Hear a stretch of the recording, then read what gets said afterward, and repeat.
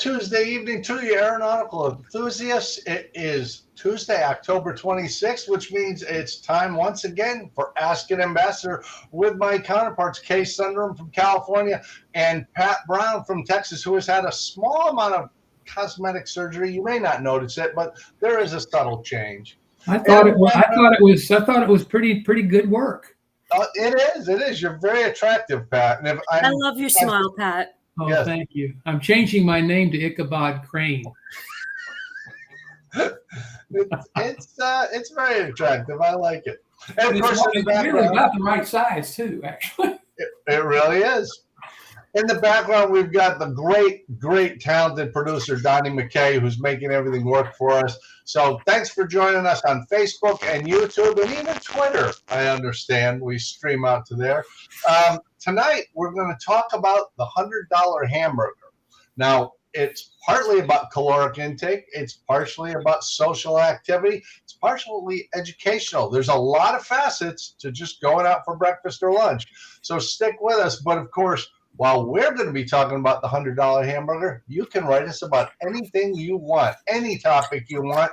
We'll do our best to address it. And we're even going to introduce a new thing tonight called Stump an Ambassador. Go ahead and send in your questions to ambassadors@aopa.org. And please include your mailing address, because if you actually do stump us, we just might send you a hat just like that or something similar. You never know. Kay's got a bunch of stuff laying around on the desk there. So anyhow, let's get into it. Pat, have you ever flown anywhere for lunch or breakfast or just for the heck of it? Oh, a time or two, I think. I can remember once. I actually remember maybe 4 times last week.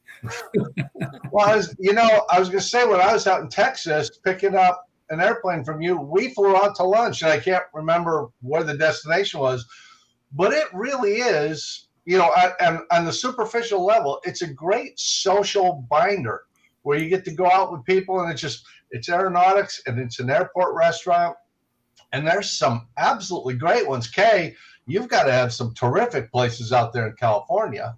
Oh, there's a ton of different restaurants, lots of different cuisine in different regions of not just California, but just in the Southwest in general. And something I love is that every restaurant has a different style, and not only the restaurant, but the airport and the airspace and the terrain. It's a different adventure, and so I like that variety. Keeps me current, actually. Absolutely true. And by the way, I should probably mention, I'm in a different setting than I normally am. Normally, I'm at the studio when I do this. Today, fiber optic cable got cut in my town, and the entire town was out of internet for the bulk of the day.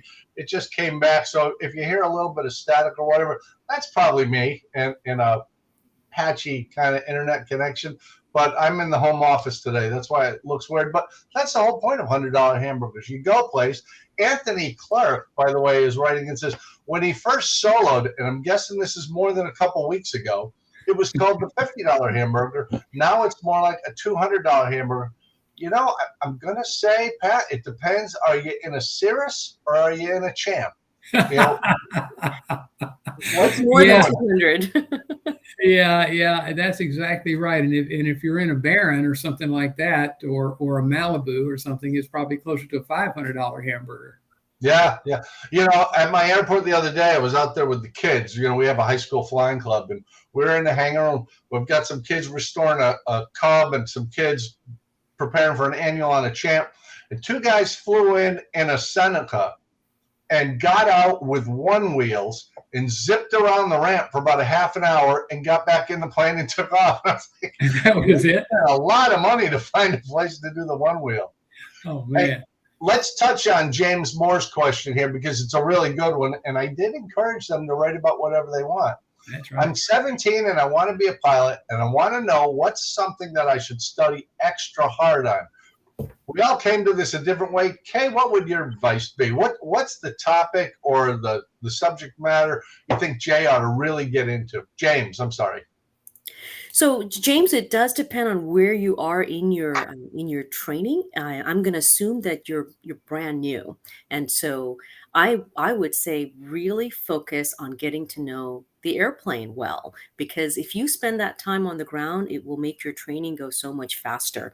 The airplane itself is not the best environment to learn about airplane systems and operations and checklists.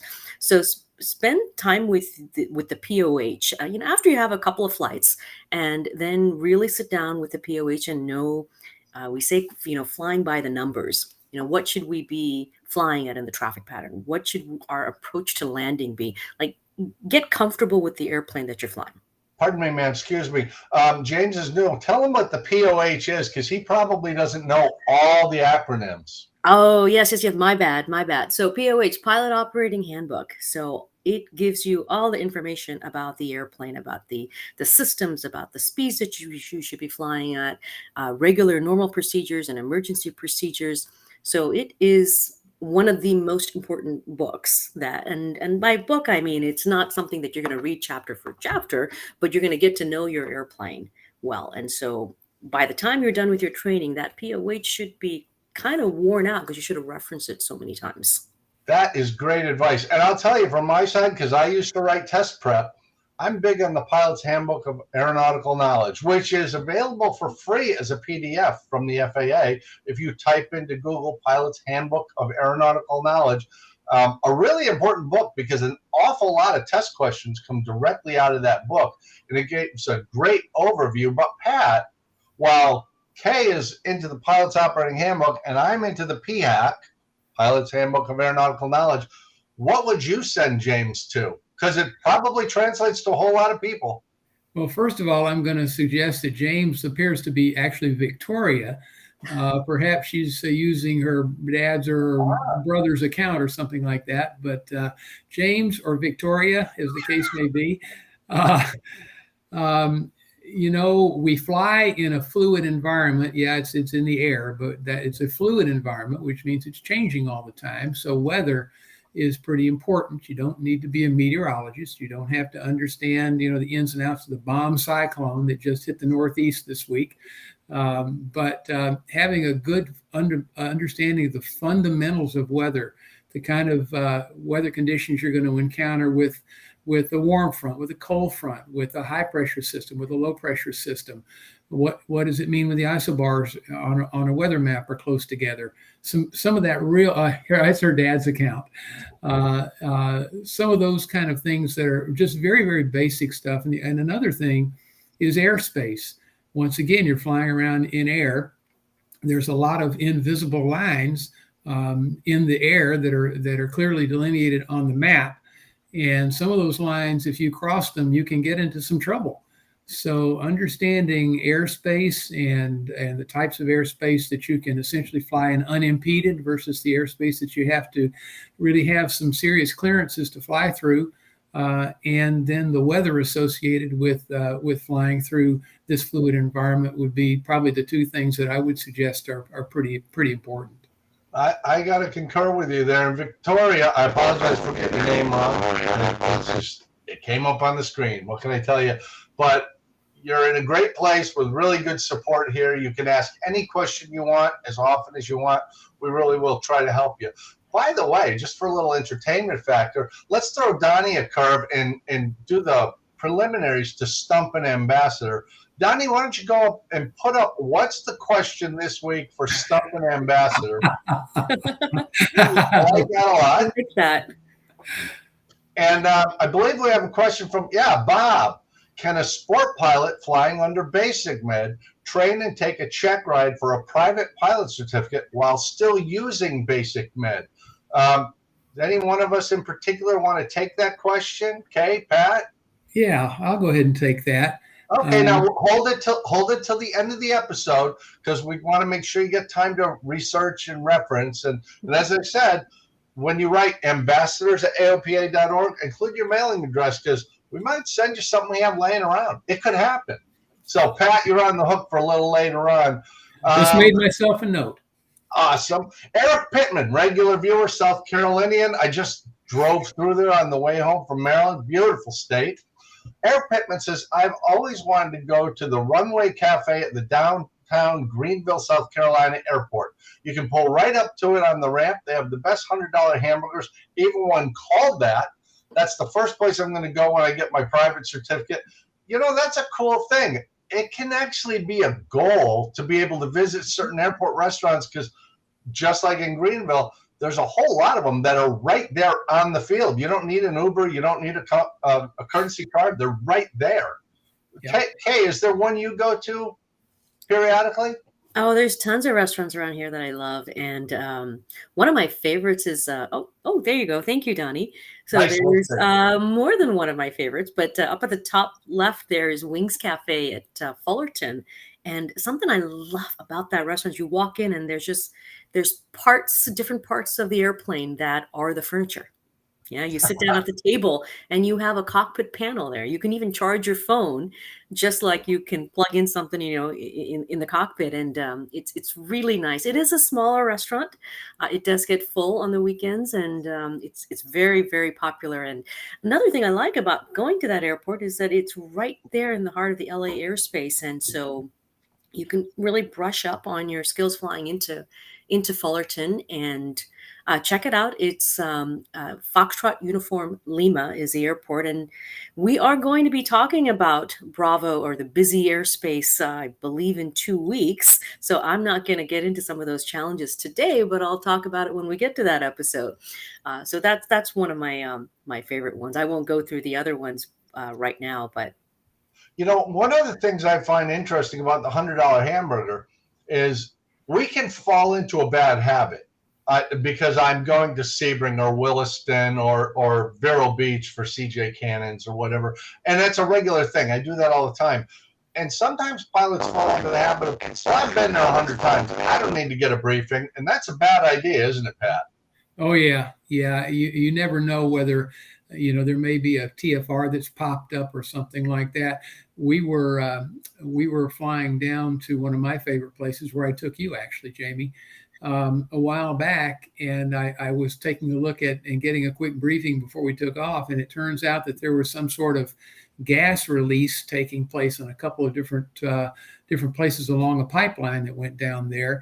And there were 2 TFRs. They weren't very big, maybe 2 or 3 miles diameter, up to, if I remember right, about 2,000 feet. So they really weren't anything to speak of, but you wouldn't want to be flying through it at 1,800 feet or at 1,500 feet because there's a TFR just popped right up. And so, yeah, you never know.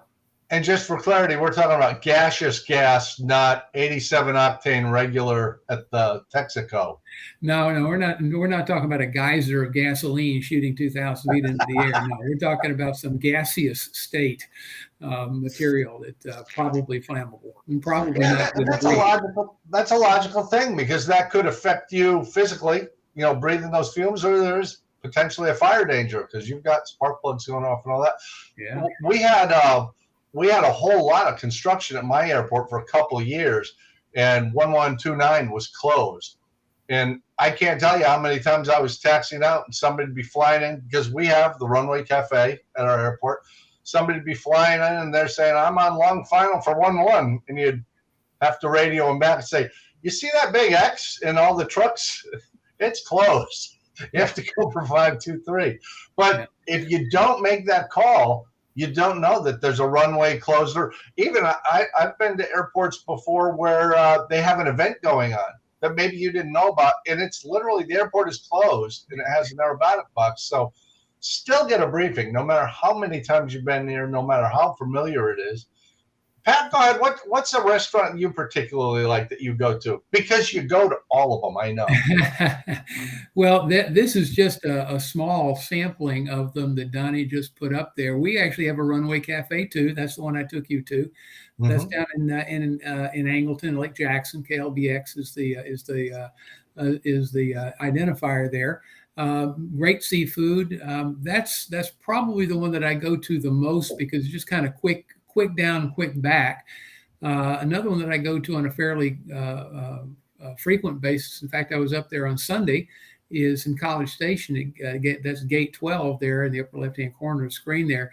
This is a fairly new restaurant open on the field, but you mentioned checking TFRs and things like that. College Station Airport is right next to Kyle Field, which is where the Aggies play football.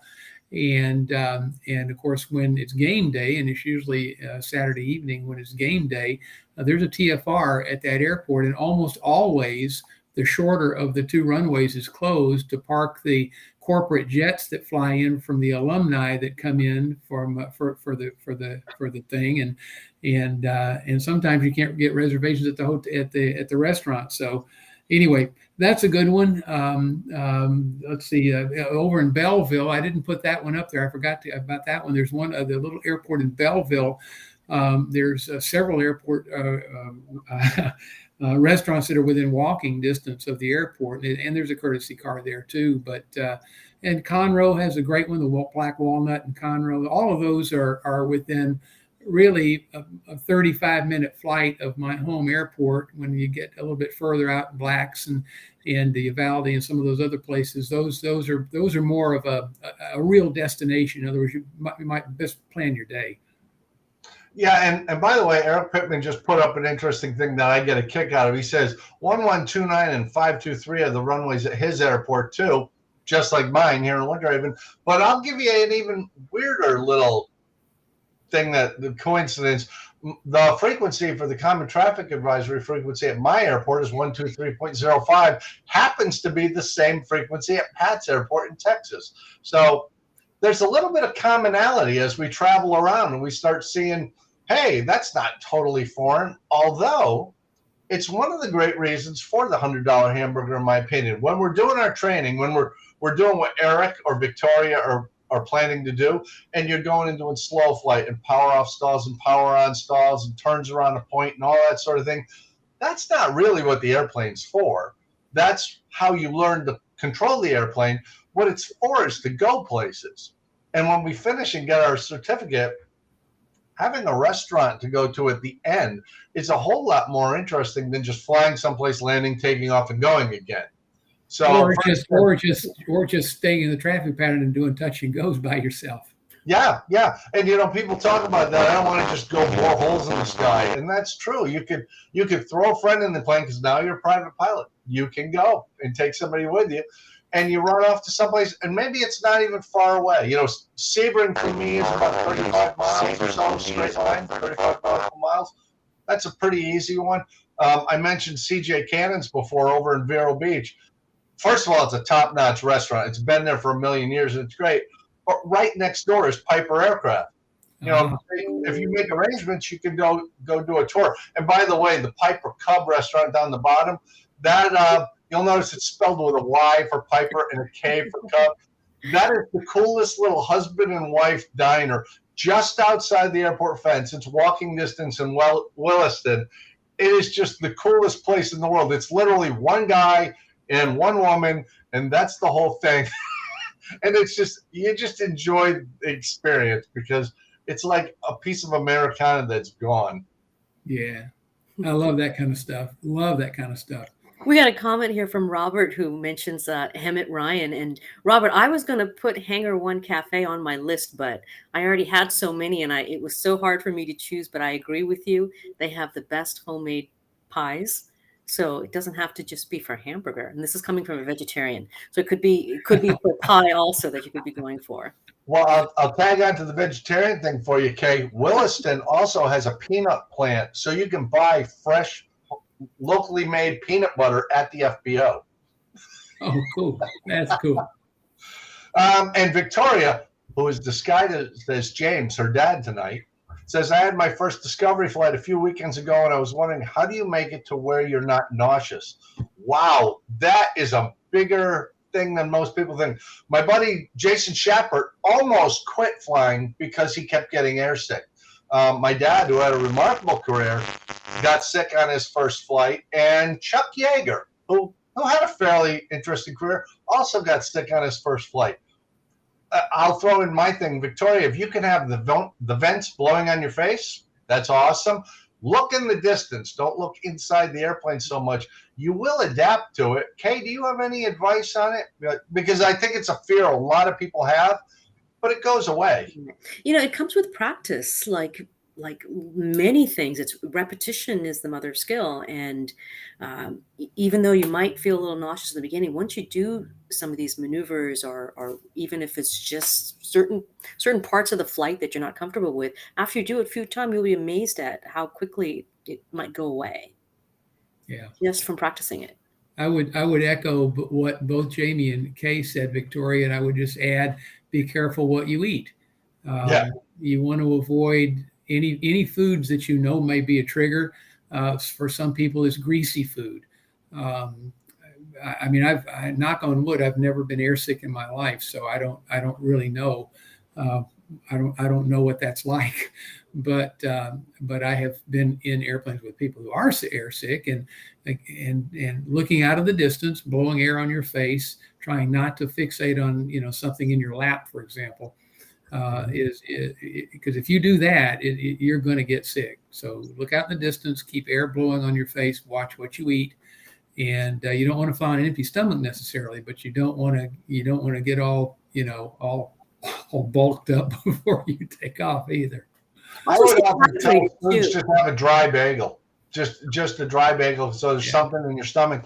But I will tell you, I had a student many years ago who did get sick on our first flight out in the practice area. He was very embarrassed and he wanted to quit, and that's it, I can't do this.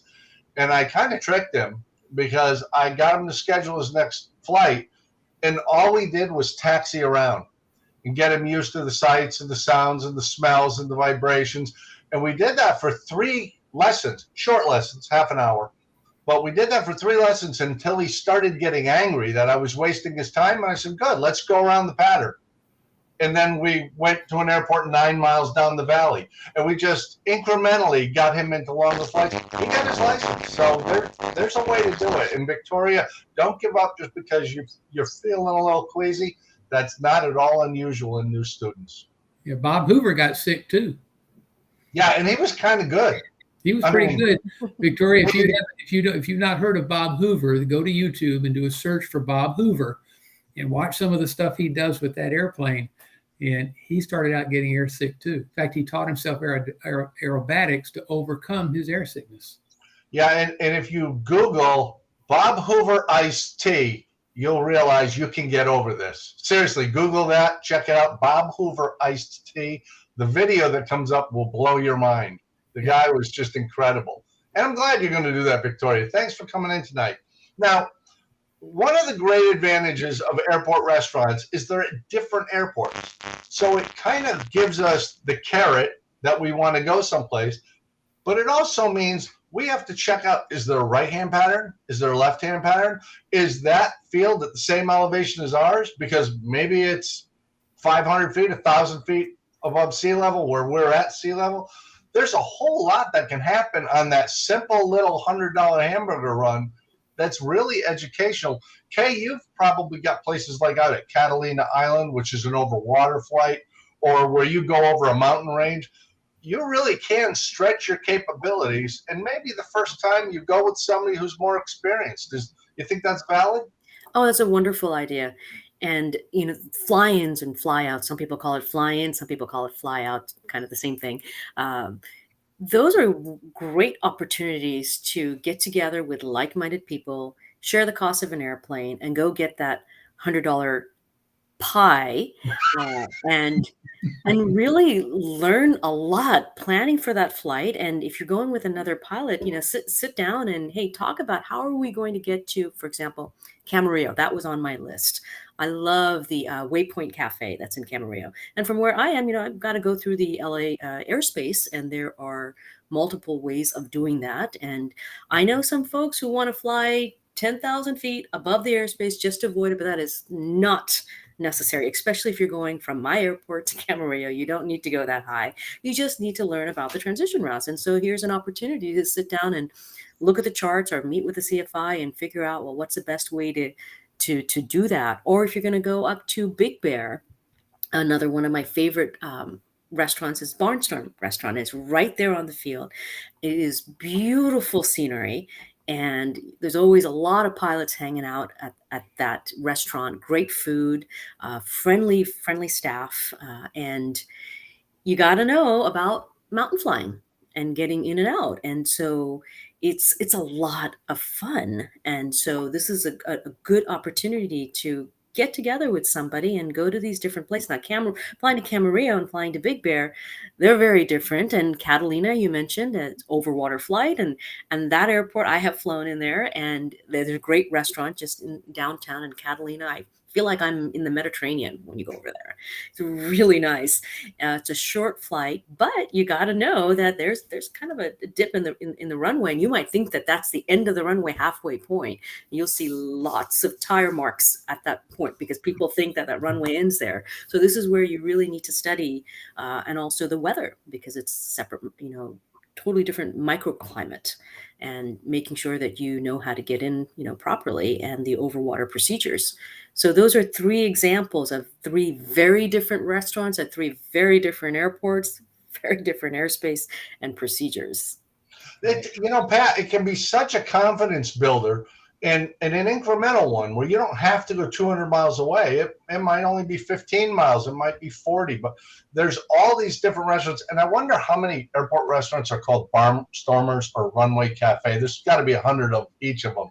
At least. But it really is a confidence builder, isn't it, Pat? Where you get to go actually fly, maybe solo, maybe with somebody else, and get outside your comfort zone, but not outside your capabilities. No, that's exactly right. We were talking about Gate 12, which is up in College Station. It's about, from my home airport, it's about 60 miles. And we're leaving a non-tower field in the case of where I'm based. And we're flying underneath a shelf of Class Bravo, unless we want to get clearance to fly up into it. And then we're flying through Class Echo airspace, and we're coming into a Class Delta airport. So really 3 of the, I guess, 5 types of airspace that we kind of commonly fly through are involved in that one cross country alone. And it qualifies as a cross country. If you're working towards a rating, your cross countries have to be more than 50 nautical miles. If you're not working towards a rating, that's not the case. But it does qualify for a time against, let's say, cross country requirements for your instrument rating or your commercial ticket or something along those lines too. So you can work towards additional ratings by going out and finding a $200 hamburger somewhere. Eric Pittman just brought up a good point that I was actually going to bring up shortly. From Florida, flying to the Bahamas for lunch is very achievable, and it really is. Believe it or not, West End Bahama is closer to my house than Key West. And Florida is a big state because it's got 2 time zones. But I can fly to Key West. I've done it in the 182. It's about 2 hours and 15 minutes down. Have a business meeting, do lunch, and I'm still home for dinner. You get the experience of flying over water, flying through Bravo airspace, flying to an international airport, all sorts of things that maybe I wasn't comfortable doing, but I did it. And because of that, now I have the confidence, I could try flying to the Bahamas because I've been over water. I get it. I know how to prepare for that. Now, Kay, you're in maybe the most complex airspace in the United States, in Southern California. I mean, it's just densely packed. There's a lot going on there. And when we all teach Rusty pilot courses, very successful. Something like 10,000 people are current again through that course. But we get a lot of people who are a little freaked out by Charlie or Bravo airspace because there's these big lines on the map and special procedures, and oh my goodness, what do I do? The $100 hamburger might be a really good way to experience that and realize it's not a big deal. It's just controlled airspace. You must have done that or taken students through situations like that where they realize this isn't the boogeyman I thought it was. Absolutely. And one of the things that I do with my students is I spend time on the ground with the chart. And, we were talking about, or Donnie and I, right before this, we're talking about flying to Camarillo, and I pulled up my iPad, and you know what? I'm going to show you this real quick because this is still up. So I got a line right here from Palomar to Camarillo. Now that's not the route that I'm going to be flying, okay? But just a straight line, and you can see how dense that airspace is. And again, we're going to talk about this in the next episode on Bravo airspace, but the best way to handle that is to sit on the ground and look through, okay, what are the procedures and what's the best way to go? What's the altitude and what are my checkpoints and what frequencies do I need to know? And you're basically chair flying the whole thing before you even depart. And when you do that, and then you get in the flight, it's really not a big deal, but you got to do your homework. And I don't even want to call it homework. It's actually part of the fun is getting ready for the flight. And so let's not call it homework. It's just prep work. And that was the experience I had when I ferried that plane from Houston to here and then went up to Hartford, Connecticut. I have a multitude of options. Where do I want to go and why do I want to go there? Do I want to land at this place just because I've heard of it, or there's a restaurant there, or there's a museum nearby, or hey, there's a good hotel, whatever. You're exactly right, Kay. It's not homework. It's just opening up your imagination to where do I want this airplane to take me? Because it's all available to me. And a lot of times, I know you're dying to say something. I know you are, but I got to bring up Danny Carson, because Danny Carson has asked a question that our producer, Donnie McKay, he's genius. He knew this was coming. Danny says, is there a list for where these restaurants are? And you know what? There is. Donnie, do you have a little graphic that might help? Believe it or not, AOPA can help you with that too. Not just rusty pilots, not just how to start a flying club. We can find you lunch. So go ahead and download the AOPA app. And seriously, you'll be amazed because there are so many places to go with such unique personalities. And you're not going to find chain restaurants for the most part on airports. You're going to find mom and pop one-offs. Some of them are very, very good.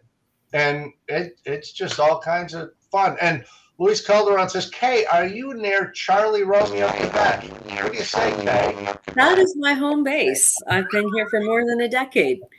And I love this airport. And, shame on me for not mentioning the landings at the very beginning, because that is my home base and I go there almost every week. Obviously, I love that restaurant.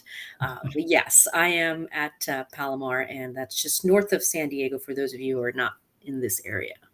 Well, I'm a big believer in you should fly to San Luis Obispo and take an Uber over to the Madonna Inn because they have killer pie. It's awesome. I mean, that's the reason you go. And by the way, Luis is a borderline genius because he's saying flying clubs are huge on these matters and need support in his opinion. He's glad last Thursday we mentioned them. We talk about flying clubs all the time, and we do have at AOPA some great pros, Steve Bateman, Drew Myers, and that's all they do is help people start flying clubs and help them run them well. But I belong to a flying club. Pat, you're in a co-ownership. Kay, you've been involved with flying clubs. Couldn't agree with you more, Luis. It lowers the cost. It opens us up to so many opportunities, all kinds of smart people we could fly with. And, as Pat and I flew together when we were in Texas. Trust me, if Pat and I lived in the same place, we'd be in a club with the same plane, flying together and cutting the cost in half. Yeah, because that talk about flying clubs. I mean, that's an excellent use for an airplane, a flying club airplane. You've got other people in the flying club that have similar interests, and hey, what better thing to do on a Saturday or something is just grab one of those club members and go get the club airplane and go fly somewhere for lunch. We do that every week here. Oh yeah, and even at ALPA headquarters. And one of the interesting benefits, I guess, of working for ALPA, if you want to learn to fly, and if you're in IT or accounting or something like that, you're not a pilot, and you decide you want to learn to fly, that's right there. It's literally on the airport. They walk across the street. And actually, that's one of the neat airport restaurants. Not last time I was there, but the time before, I ate at the Tower Diner, which used to be the Tower. And it's downstairs is a restaurant, and it's a good restaurant. So, yeah. Danny asked about lists of restaurants, and AOPA has a list. And if you don't find something there, you can also, there's another one out there called the $100hamburger.com, and it's 100 then DOLLAR, $100hamburger.com. That's another one that you might take a look at in addition to the AOPA thing. So I should start a $100 pie list. $100pie.com. I'm gonna get that website. I'd subscribe. I would too. And John Potter John As long as Plucker it's is chocolate pie. As long as it's chocolate pie. oh, John Plucker is agreeing with me that the Madonna Inn is fantastic. Book a fantasy room and stay the night. Every room is different at the Madonna Inn. It's absolutely amazing. It has a strong history with John Wayne. So, you bring your cowboy hat, wear your boots. But I was just there because I was speaking to the California Pilots Association, I think 9 years ago. It was one of the great trips of my life, and I actually do remember eating, although that might be my weight class. Hey, you mentioned restaurants and hotels in Fredericksburg, which is not very far from here. It's about an hour and a half flight. There is what we call the Hangar Hotel. You can Google it and look it up under the Hangar Hotel. And there's a restaurant right there on the field adjacent to the Hangar Hotel. It's open for breakfast, I think, up until 2 or 3 o'clock in the afternoon.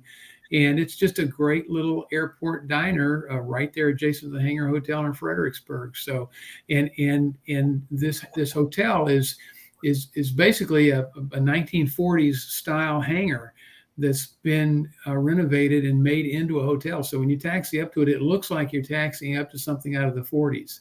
It's a very cool place, and kids aren't allowed. So if you are of a certain age and you don't want a bunch of rugrats, and I love kids, but if you don't want a bunch of rugrats running around, then that would be a place to go. And Fredericksburg has the Nimitz Museum, by the way, which is just an Uber ride into town with lots of great restaurants downtown as well. So that's another really good place to go for a quick weekend getaway, Fredericksburg. Pat, that reminds me of I'm sorry, go ahead, Kay.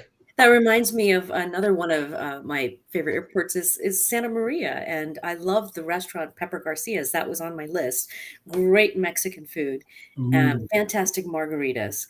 And then you can stay at the Ramada Inn, which is literally next door. So you fly in, the transient parking is in front of the hotel. You can check in and go do some wine tasting and all that, and have dinner at Pepper Garcia. Then you can stay at the Ramada there. It's really nice. So it's a nice airport, class Delta. You can get in and out easily. There's different approaches, and you get the marine layer, so you may very well need to be instrument rated, but otherwise find a nice VFR day, go and have some fantastic Mexican food there, and you can spend the night and make it a weekend thing.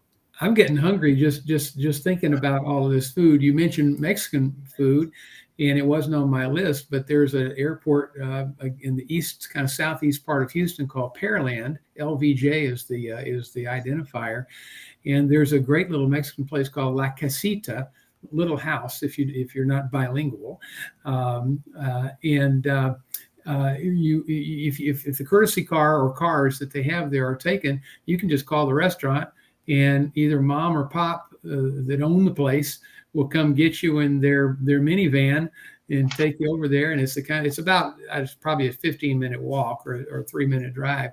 It's complete with checkerboard tablecloths, and the food is awesome, and it's really inexpensive. But that's another just really awesome place to go.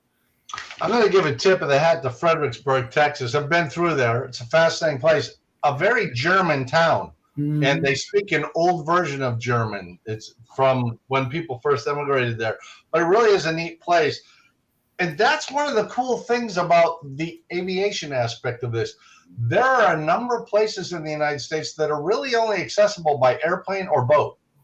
And the example of Martha's Vineyard or Block Island up in the New England area, or here in Florida, Cedar Key is accessible by car, but it takes forever. Like Key West, it's a 2-hour, 15-minute flight for me, but a 7-hour drive. So you don't go for lunch. But there are all kinds of places you can go where, because it's an airplane, you can go and come back in the same day. You can, it can just be a romantic experience with your significant other. You just go off for just a couple hours. It really is an enjoyable thing, and it provides value. Part of the reason we learned to fly is the adventure, the experience of going and doing things we couldn't do in the car. In the northern tip of the southern peninsula of Michigan, in between the upper and lower peninsula on the east side, is a place called Mackinac Island. And that is it's almost a throwback in time, because the only gasoline powered vehicles allowed on that island are a fire truck and an ambulance, and airplanes at the airport at the top of the island. Those are the only motorized vehicles on the island. If you fly into the airport up there, they will come and pick you up in a horse and buggy. And that's the way, or bicycles. That's the way that you get around at Mackinac Island. It is just one of the coolest places. It's they're only open several months out of the year, because of course, being that far up north, everything gets frozen, including the lake, depending on the temperatures. So they'll have a land bridge every now and then when the lake is frozen. But normally it's either a ferry boat and no cars on the ferry boat. It's just a people ferry boat. Or fly over from the upper or lower peninsula and buy fudge. You have to buy fudge. If you're going to go to Mackinac Island, you must have fudge. There's about 50 fudge shops up there. Now I'm going to segue into a new reason for us to be talking about this, but I want to talk to the audience just for a second. If you've got a favorite airport restaurant that you've flown into, go ahead and put it in the comments, just so everybody knows, because as Danny Carson says, flying airplanes is the ultimate freedom in any direction. So go ahead and promote your local or your favorite, wherever that might happen to be. Just might help that business, and it might give somebody else a great adventure. But where I want to go with this now is, some of us got into this to be professionals, whether we knew it or not. And networking is a huge part of aviation, because it's such a small community. Only a few 100,000 people, really. So, I mean, that are pilots, and then there's a few 100,000 more that are mechanics and whatever. But flying around to these different places where you can have the social connection of a meal, where you're hanging around. And Pat, when I came out of the restaurant with you a few months back, and there's some guys sitting at the table, and you get into a conversation with some guys outside. And I'm not a Texan. I don't know these people, but it's perfectly good. And you never know in that conversation. I'm a new CFI looking for employment. I'm a mechanic, and I'm looking for a place to settle. Kay, that's got to be a conversation you've overheard 100 times as you've been out and about. Oh, absolutely. There's so many great networking stories, and I have met, my goodness, probably half the pilots that I'm friends with have been people that I have met at different airports. And it's not necessarily for the $100 hamburger, but at events. Take advantage of all the fly-in events and airport events. And I know with the pandemic, a lot of that has wind down, but we're opening back up. A lot of the airports and trade organizations and flying clubs have a bunch of events, and that's where you can really meet some cool people and make some great memories. And these are friends that will last a lifetime. Yeah, that's true. Yeah, I don't know if this is really specific to this, but I got to admit, I met the great and powerful Katie Pribble, the woman who hired Kay and I to work at AOPA, at a dinner. I mean, so that whole mixed food with business kind of thing, or food with aviation, it tends to work. Pat, you used to own a flight school. You've certainly had these conversations, and there's something kind of nice about just being over a burger or a scrambled eggs or whatever, and you hear some kid talking about they're looking for something, and you're thinking, we're looking for somebody. Yeah. That pops up, doesn't it? Oh yeah, networking is awesome. It was a Saturday afternoon, and we were having a $100 hamburger at a local restaurant on an airport. This has been probably a year or so, or maybe better now. And it was fairly crowded out on the porch. We were eating outside, and a gentleman walked out, probably in his mid-40s or something like that, by himself. And, pilots being the friendly bunch, if you notice him, you say hello, and how you doing and whatnot. And he said, fine. He stood there for a second, and he put his hands up like this, and he says, I'm a student pilot, and I'm on my first solo cross country. I love that. And there were 50 people out on the porch. We said, come on, sit down with us. So he sat down, he joined our table and sat down with us. And I ended up doing his check ride. So oh, that's fantastic. And actually we've become quite good friends. He bought a Cirrus. He's gotten his instrument rating. He and his wife and I think his son, a newborn son. They're flying all over the country in this Cirrus. He owns his own business, so he's got some of that flexibility. But I never would have known him if he hadn't have, taken the that leap of faith to say, here I am. And all of a sudden he's got 50 friends.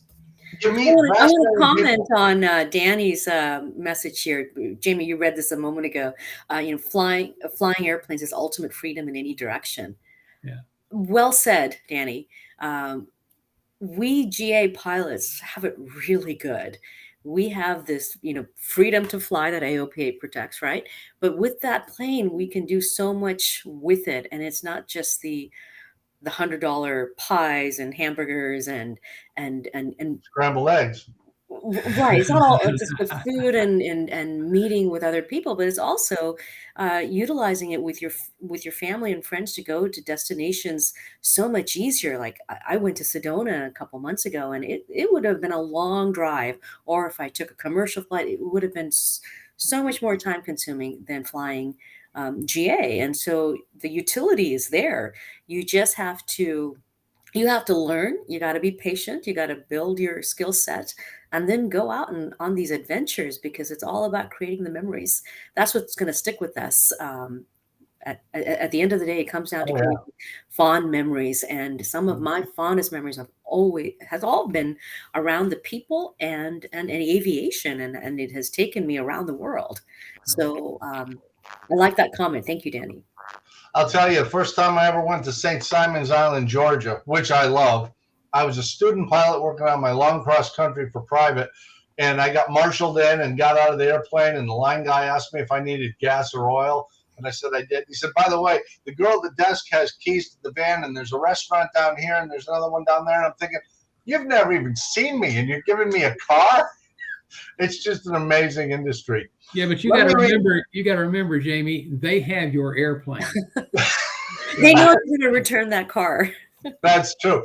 Let's touch on Mike Roberts' comment, and then we'll go into Stump and Ambassador. Mike says, are any of you coming to Maryland anytime soon? And I'm assuming he watched the M0A How to Buy an Airplane series. Jamie, so what airplane did you end up buying? It's been bugging me for weeks. Believe it or not, Mike, I'm going to break your heart here on both parts.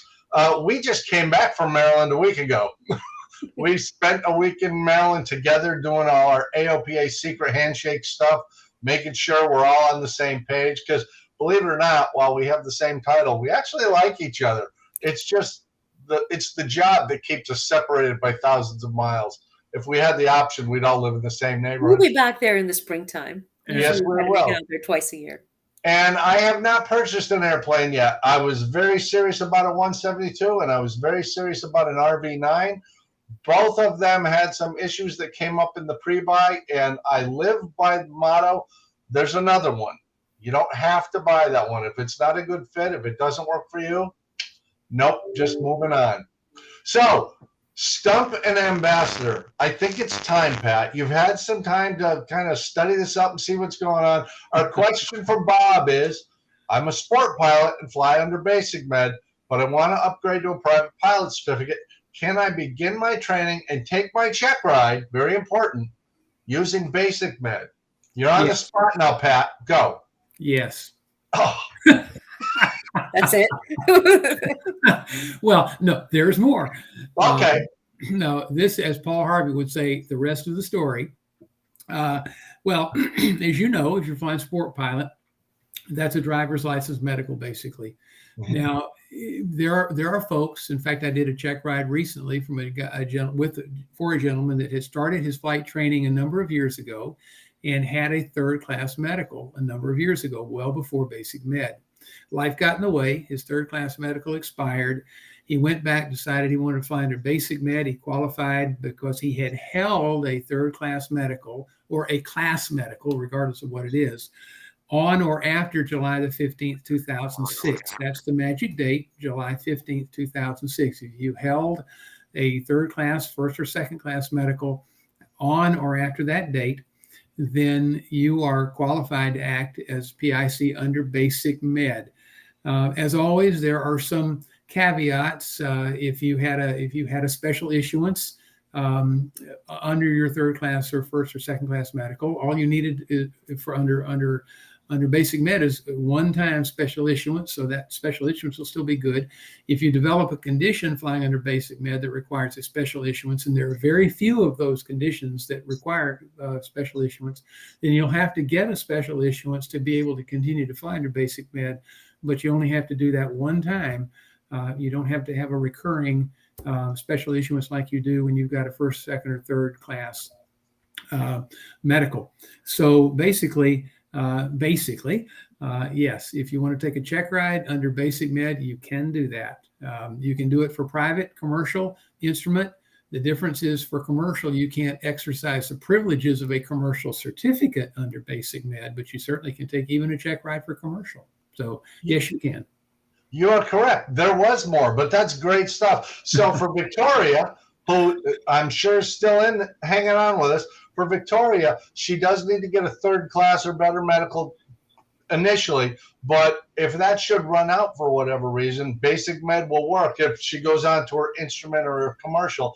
But to actually operate as a commercial pilot, she needs to have that second class or better. That's correct. Pat, I actually checked you out on this. I went and looked at the AOPA Pilot Information Center site, made sure you're correct. So you get a big green check. You got it right. You are the man. That's why we have the DPE on staff. But I'm going to out myself. I got this question, a very similar question the other day during a Rusty Pilot, and I believe I answered it incorrectly. I didn't keep everything. So, Bob, you got a hat coming to you, buddy. So for those of the rest of you watching, write to us, ambassadors@aopa.org. Let us know what your tough question is, the thing that's really befuddling you. And a number of you have asked them tonight. Just make sure you put in the subject line, Stumps and Ambassador, and give us your mailing address in that email. So if none of us can get it, you can get some swag. As I say, look at all that stuff on Pat's wall. It doesn't all need to be there. It might come to your house. Oh, wait, even if we do get it right, you still get the swag. Oh, do you? Okay. Right? Does the hat still go or no? Or is it only if we don't get it right? We're just making the rules up as we go. Who cares? Yeah, although Kay has outed us that we actually have a plan for the next one. This is not entirely haphazard. We do put a little planning into this. Not entirely. Like Robert says, I really want the old style t-shirts with the AOPA logo to come back. That was a cool shirt. Why did they stop making it? I don't know. But I will tell you. The ambassador. He stumped the ambassador. I did just go to the AOPA Pilot Gear store today, pilotgear@aopa.org, and I purchased a number of long sleeve shirts because winter's coming. I don't know if you can believe this, Pat. It's going to be in the low 60s here next week. That's the low temperatures, and you know if it gets below that, I don't leave the house. And it's about 70 plus or minus a few degrees where I am all year long here, so I'm with you, Jamie. Yeah, at some point you start wearing shoes too, don't you, Jamie? When I was up in Maryland, I did wear shoes. At this moment, I am not. It was 85 degrees and humid today. What can I tell you? What are you gonna do? Well, hey, Kay, are you even wearing pants? Oh, yes, I am. And I stood up earlier. Donnie has verified this, so I'm totally legal. Nobody needs to talk to HR. This has been a terrific episode, and I really appreciate it. And thanks to all of you who write in the questions. We really do like it. Let us know in the comments. Did we answer your question? Are you still befuddled? Let us know, because this is why we're here, to help you out. And Danny Carson, if it's in the low 40s there in Tennessee, move south, man. You just don't have to put up with that sort of thing. Okay? You've offered so much insight tonight, and I really appreciate it, because we have three very different geographic places with three very different sets of rules and how we get around. You have mountains. I do not have that in the flatlands here. Do you have any parting words for us in these last few minutes that might just bring wisdom and joy to people's hearts as we enter the Halloween season, where Pat has already blessed us with his pumpkin? Well, I want to say, enjoy your certificate, your freedom to fly, and go out and explore, create memories, have fun, engage with other people, and keep learning. Yeah, even if you've got a private pilot certificate, you're doing solos. Talk to your instructor about where you want to go, why you want to go, how do you want to use this certificate. Some people want to be professionals, some people want to be recreational, some people just want to get to the beach faster. Just let them know what you want to do. How about you, Pat? From the heart of Houston, there. Well, not really the heart. You're kind of on the left side, over closer to California. What do you got to leave us with? Words of wisdom from the great DPE. Well, first of all, I would question your knowledge of geography, but that's okay. It's not just about restaurants. As much as the $100 hamburger is very cool, there are also all kinds of places that you can go that aren't just restaurants. For example, just here in the state of Texas, there are several museums that are located on airports. There's a kind of a small museum up in Mineola, which is outside of Tyler. They've got a 1918 Jenny fuselage with an engine in the hangar, and you can just walk right up to it, touch it. It's amazing. They've got a Link trainer. We've got the Historical Aircraft Museum in Tyler, which is a small museum there. We've got the Lone Star Flight Museum here at Ellington. You can taxi right onto the ramp and walk in there. So there are a lot of Kavanaugh Museum is up in Addison. And this is just the tip of the iceberg. But lots of places that you can go around Texas, and I'm sure around the rest of the country, for museums and other just cultural kind of stuff, and not just to see how many pounds you can pack on. So it's just that, again, take advantage of it. The airplane is there. It's a time machine, and take advantage of it. You're not wrong. Sun and Fun in Lakeland, Florida, and Oshkosh, Wisconsin. Those facilities are open all year long. The educational component, the museums are there. You could fly into Pensacola. There's 1,000 seemingly airports around the panhandle of Florida. It's a short Uber ride to the U.S. Naval Air Museum. And I got to say, it's right up there with Smithsonian. I mean, that is a remarkable museum. It is so well worth going to. And if I'm not mistaken, if memory serves, it's free. So it is free. It's you might have to buy some fuel, but you get to hang around in the vicinity of Blue Angels and go see a spectacular museum. So use that certificate. Go ahead and do stuff that you want to do. Talk to your instructor and make sure you're getting out of it what you want. And I include that even if you are a certificated pilot. Don't think that you can't go talk to instructors and say, hey, I want to go there, and I've never flown over water, or I've never flown over mountains, or whatever it is. Learn how to do it. And if you haven't gone to an air show either, think about flying in and talk to an instructor, or go with somebody who has. That's another experience, and that's the ultimate $100 hamburger. That's more like $1,000 trip. But go and fly into one of the air shows. If you've never been number 57 on final, you just haven't lived. You haven't lived, right? Oh, hey, thanks so much. I appreciate it. Kay, Pat, as always, you made this a wonderful evening. I had a good time. Thanks to Victoria especially. I love having a pre-private student in here. Eric Pittman, go get that check ride done, man. I know it's time for you. Danny Carson, thanks so much for giving us such great questions. And definitely move to Miami. Your son's there. Go visit him. It's warm. You'll like it. And no state income tax. Hey, thanks a lot. We'll be right here. Well, maybe not right here, but right where you are on November 9th, Tuesday, November 9th, 7 o'clock Eastern, 4 o'clock Pacific. Fill in the times in the middle. You know where you are. We'll see you then. Thanks so much. Catch you on November 9th. Bye-bye. Bye.